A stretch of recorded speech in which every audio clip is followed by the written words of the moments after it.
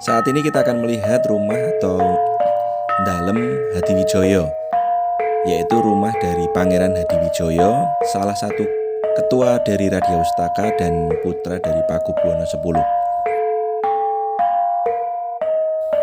Tapi sayang, saya tidak mendapatkan izin untuk meliput bagian dalam dari rumah ini. Jadi saya akan meliput dari luar saja.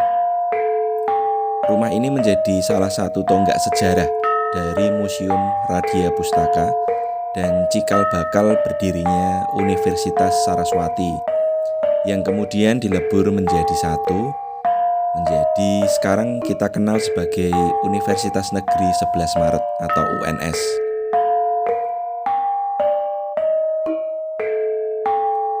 Di tempat inilah komplek universitasnya pada waktu itu.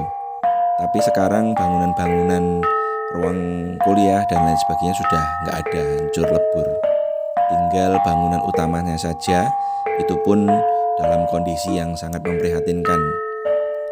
Atapnya sudah banyak karat, banyak yang keropos, bocor, kayu-kayunya juga dalam kondisi yang mengenaskan sekali. Pangeran Hadiwijaya adalah putra dari Pakubuwono X yang sangat jenius. Karena kejeniusannya itu, beliau disekolahkan di Leiden oleh Pakubuwono X.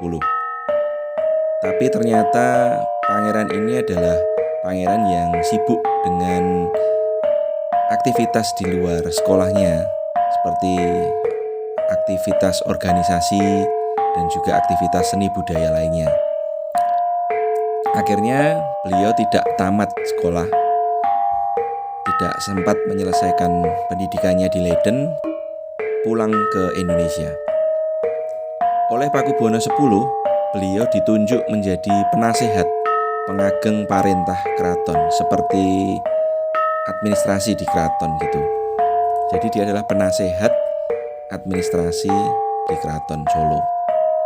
Beliau punya ide untuk menjadikan perpustakaan keraton bukan hanya sebagai ruang baca saja, tapi ada aktivitas lain seperti riset dan pendidikan. Beliau juga menguasai 5 bahasa asing, termasuk bahasa Kawi yang sulit untuk dipelajari. Oleh pemerintah Hindia Belanda saat itu, karena kecerdasan beliau, Pangeran Hadiwijaya dipercayai menjadi ketua Forum Keraton Senusantara saat itu. Ternyata Forum Keraton Nusantara sudah ada sejak zaman Keraton Surakarta masih eksis pada waktu itu. Beliau menerapkan beberapa gebrakan baru, yaitu tentang administrasi dan keuangan keraton-keraton di Nusantara, yang sebagian besar atau bahkan seluruhnya masih dipakai sampai era modern saat ini. Beliau juga yang berperan kenapa di Museum Radia Pustaka memiliki benda-benda bersejarah yang unik milik keraton yang bisa dan diizinkan oleh keraton dipajang di museum tersebut. Karena kepandaiannya, beliau juga menjadi salah satu pelopor kebijaksanaan politik di Budi Utomo. Pangeran Hadiwijaya adalah pangeran Jawa yang merasionalkan konsep-konsep Jawa yang dulu dianggap orang itu irasional. Beliau adalah pangeran dengan pola pikir modern dan maju ke depan.